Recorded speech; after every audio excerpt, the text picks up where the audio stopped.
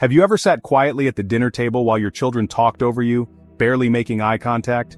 Or maybe you've offered advice, kind, thoughtful, well-meaning advice, only to have it brushed aside or ignored? It hurts. And not just because it feels disrespectful, but because it feels like you've suddenly become invisible in your own family. Like somewhere along the line, the role you once held, the one full of wisdom, experience, and care, got replaced by a silent seat in the corner. You raised them. You gave everything for them. And now, you're left wondering what happened to the respect you once had. Let me tell you something, and I want you to really let this land. You are not alone. This is something so many seniors go through, but almost no one talks about it. Because when your own children start treating you like a burden instead of a blessing, it can feel deeply personal. But it's not about your worth. It's about recalibrating the relationship and finding new ways to connect. This video isn't about blaming your children, it's about getting your power back. And I don't mean demanding respect with anger or ultimatums, I mean earning it again. But in a way that's authentic, calm, and confident. The truth is, you already have what it takes. You just need to shift a few things to remind them and yourself of that. So let's begin with something simple but powerful. How you respond when you feel dismissed. Most people react immediately when they feel disrespected, cutting in, raising their voice, defending themselves. And look, it's a natural response. Nobody likes to be ignored or undermined. But here's what that does. It feeds the fire. It gives the other person, yes, even your grown child, permission to see you as emotional or overreactive. And that chips away at the very respect you're trying to reclaim. Instead, try this the next time it happens. Pause, breathe, and let the silence do the talking. When you don't immediately react, you create a moment where your child might realize, wait, did I just cross a line? That moment of discomfort you allow them to sit in is actually a moment of reflection for them. And when you do respond, do it with clarity, not with emotion. Instead of saying, you never listened to me, try something like, when I'm spoken over, I feel like what I have to say doesn't matter. That's not an accusation, it's a statement of truth. It draws a boundary, and it gives you authority, not just in the moment, but in the relationship. That leads into something equally important, how you speak about yourself when they're around. You might not even realize you're doing it, but pay attention to whether you talk about yourself with confidence or with self-deprecation. Do you catch yourself saying things like, oh, I'm getting old, or my memory isn't what it used to be? These little phrases might seem harmless, even humorous, but they send a quiet message to the people around you. I'm not as sharp, not as capable, not as relevant. And the problem is, people start believing the messages we put out, especially our children. But imagine the difference if they heard you say, I've lived through more than most people can imagine, or I'm still learning new things every day. That changes the tone. That sets a different standard. Respect often starts with how you speak about yourself. If you don't believe in your own value, it's going to be very hard for anyone else to see it clearly. The next piece of this puzzle is one that catches people off guard, but it's crucial. And that's the idea of letting go of the need to be right. Now, I know that might sting a bit. You've got decades of life experience. You've been through wars, recessions, loss, love, success, mistakes. You've earned your wisdom. But here's the hard truth. Constantly trying to prove that you're right can come across as controlling, even if your intentions are good. When adult children feel like they can't make their own choices without being corrected, they start to pull away. And with that distance comes a loss of respect, not because they don't love you, but because they feel the need to protect their own independence. So here's the shift. Instead of leading with advice, try leading with curiosity. Ask questions. Be curious about their decisions, even if you don't agree. Let them come to you for guidance instead of trying to lead the charge. When they feel respected by you, they're more likely to offer that respect in return. These first few shifts, how you respond, how you speak about yourself, and how you let go of being right, they build a foundation. A quiet but powerful foundation of presence, dignity, and influence. There's a quiet strength that comes from knowing you don't have to force anyone to respect you. You just have to remind them why they should. And that leads us to one of the most powerful tools you have at your fingertips, but it's one that often gets overlooked: living by example. Think back to when your kids were young. They didn't learn how to treat people because you told them to. They learned by watching you, the way you handled stress, the way you spoke to strangers, the way you showed kindness, patience, or stood your ground when needed. Well, guess what? That part of parenting never really ends. Even if they're grown now, with jobs, kids, and opinions of their own, They're still watching. Maybe not consciously, but they're noticing how you live, how you carry yourself, how you handle the highs and the lows. And when you live with self-respect, you quietly teach them how to respect you back. It doesn't have to be flashy. It's not about trying to impress them or put on a show. It's about small, consistent actions. Taking care of your health, setting boundaries, having your own interests, saying no when you need to, saying yes to things that make you feel alive again. You may not realize it, but every time you prioritize your own life, your wellness, your joy, your passions, you shift the way others see you. Now let's talk about something that's a bit trickier: letting go of old emotional debts. This one might be hard to hear, but it's often at the root of tension between parents and adult children. Maybe your child has said or done things in the past that hurt you deeply. Maybe there's resentment or a wall that's been quietly building for years. Maybe you feel like no matter how much you gave, it's never been acknowledged. That pain is real, and I'm not here to tell you to forget it, but I am here to tell you that holding on to it, replaying those old moments over and over in your mind, won't change what happened.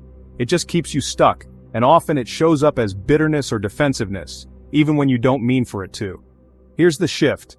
Instead of waiting for your child to finally apologize or finally understand how they hurt you, try giving yourself that peace now. Let it go. Not for them, but for you. Because the truth is, you can't control how they behave, but you can absolutely control whether or not you let their past behavior shape your future. When you operate from a place of peace instead of pain, you gain clarity, you speak more calmly, you act with purpose, and whether they realize it or not, your child feels that energy. People are drawn to that. They're more open, less defensive, and it opens the door for healing and rebuilding the respect that might have gotten lost along the way. Now, I know that sounds strange. We think of parenting as a lifetime of open-door policies, unconditional support, and always being available. But here's the thing. Boundaries aren't about shutting people out. They're about keeping relationships healthy and respectful. If your child speaks to you in a way that's dismissive, if they ignore your time, your effort, or your presence, it's okay to say, "That's not how I choose to be spoken to." Not with anger, not with guilt, but with quiet strength. Boundaries aren't walls. They're fences with gates, gates that open and close on your terms. And when you hold those gates with grace, people begin to approach more respectfully, more thoughtfully. They know they can't just walk all over your time or your kindness without acknowledging it. The key is consistency. You don't need to explain or justify your boundaries. You just have to enforce them kindly but firmly. And the more consistent you are, the more your children will begin to understand that you're not asking for respect. You expect it, because you give it, because you live it.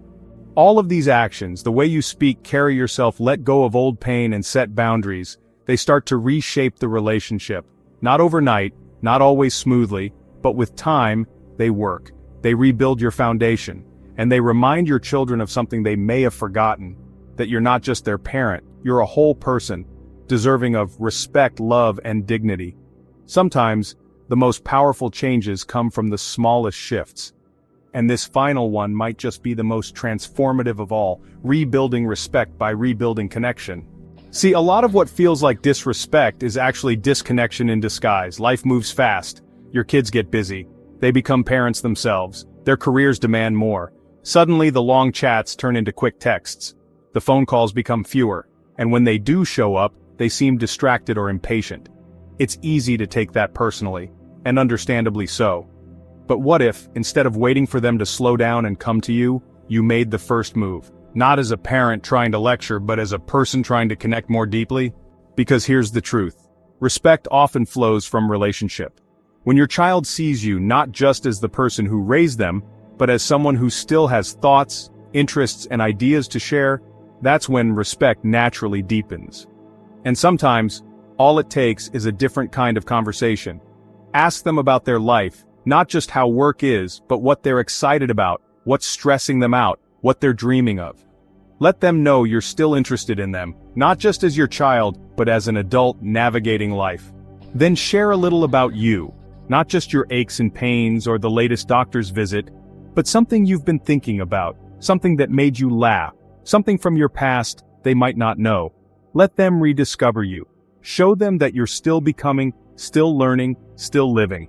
That's where mutual respect is born, not through conflict, but through curiosity. And here's a powerful way to take this further. Start asking for their advice. I know, that might feel backwards. You've spent decades giving advice, teaching them everything from how to tie their shoes to how to navigate life. But asking for their insight on something, whether it's tech help, money questions, or even just their opinion on a decision, sends a very specific message. I respect your thoughts, I value what you bring to the table. And when they feel respected, they start offering that respect in return. Now, I know some of this might sound easier said than done, especially if the wounds go deep or the distance has grown wide. But just remember this, respect isn't something you demand, it's something you model. And you have the power to model it every day, through how you speak, how you show up, how you carry yourself, how you set boundaries, and how you connect. You don't have to be perfect. You don't have to fix the entire relationship in one conversation. Just take one step toward being the version of yourself that commands respect, not through fear or guilt, but through quiet strength and self-assured grace.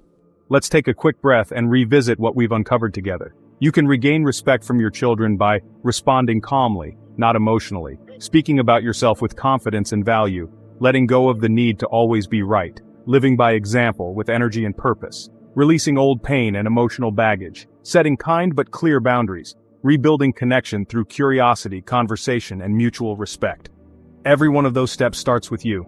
And the best part? You don't need anyone's permission to begin. If you've ever felt dismissed or invisible in your own family, know this deeply important truth. You matter. Your wisdom matters. Your presence matters. And it's never too late to remind those around you, gently but firmly, of who you are. If this video touched something in you, I'd love to hear your story. Share your thoughts in the comments. What resonated most with you?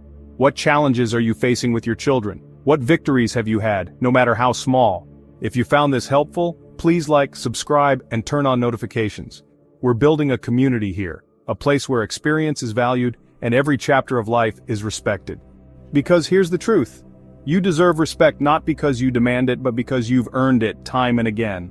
Here's to living your life with strength, dignity, and the respect you so richly deserve, at every age and every stage.